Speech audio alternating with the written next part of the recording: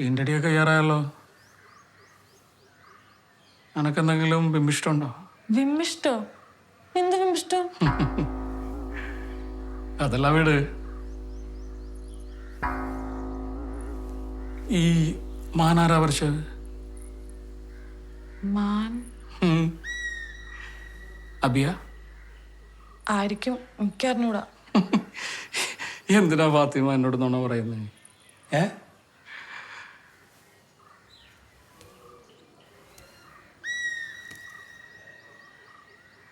ഇതാരാ ഈ ആണുമാൻ?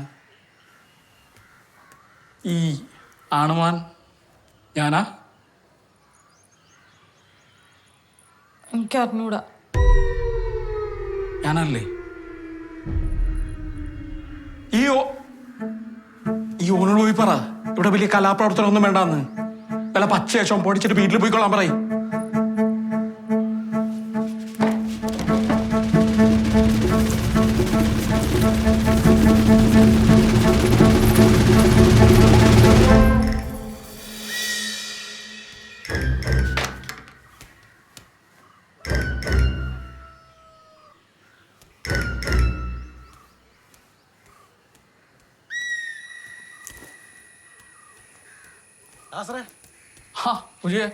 ആ വണ്ടി എവിടെ എടുക്കണേ? നമ്മുടെ ഇലിയാസിന്റെ പറമ്പില്. എന്നാ ഈ ഇവനെയും കൂട്ടി ചെന്ന് നോക്ക്. ഓന് വണ്ടിപ്പണിയൊക്കെ അറിയാന്ന്. വണ്ടിപ്പണിയോ? ആ ഓനാ? ഞാൻ ഓട്ടോമൊബൈലൊക്കെ പഠിച്ചാണിക്കാ. കുറച്ചേരം ആ ജോലിക്കൊക്കെ പോയിട്ടുണ്ട്. ജെസിന്റെ പണി അറിയാം. എന്നാ ഇവിടെ ഒരു വർക്ക്ഷോപ്പ് ഇടറാ. ഞങ്ങളൊക്കെ അവിടെ കിടന്ന ഇടങ്ങാറാവാണ്. ഇല്ലടാ ഈ പെരുമാനിയോട് കൂടിക്കോ. എന്തേ വരി.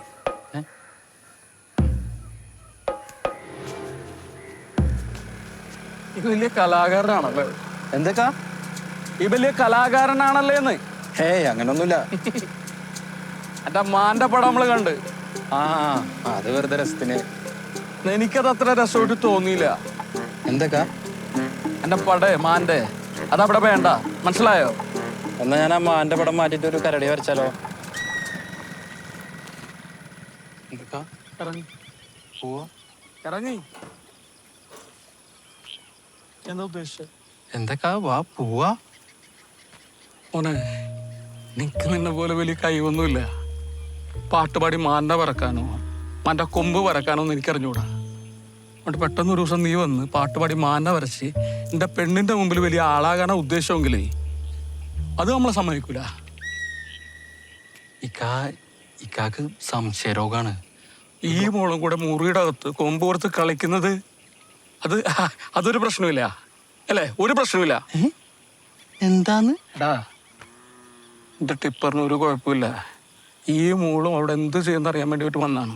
അപ്പൊ നമ്മൾ നേരിൽ കണ്ടല്ല. എന്നിട്ട് നിക്ക് സംശയരോഗം അല്ലേ? ഞാൻ ഓളും തമ്മിൽ ഒരു ഇടപാടും ഇല്ല. ഓളൊരു പാവാണ്. വെറുതെ ഓളെ ജീവിതം നശിപ്പിക്കരുത്. പെട്ടെന്ന് തന്നെ പോയിട്ട് ഡോക്ടറെ കാണിക്കേ. കല്യാണം ഒന്ന് കഴിയട്ടെ. ഡോക്ടറിനെ കാണാൻ പറ്റാത്ത അവസ്ഥയിലാക്കുവാനെ.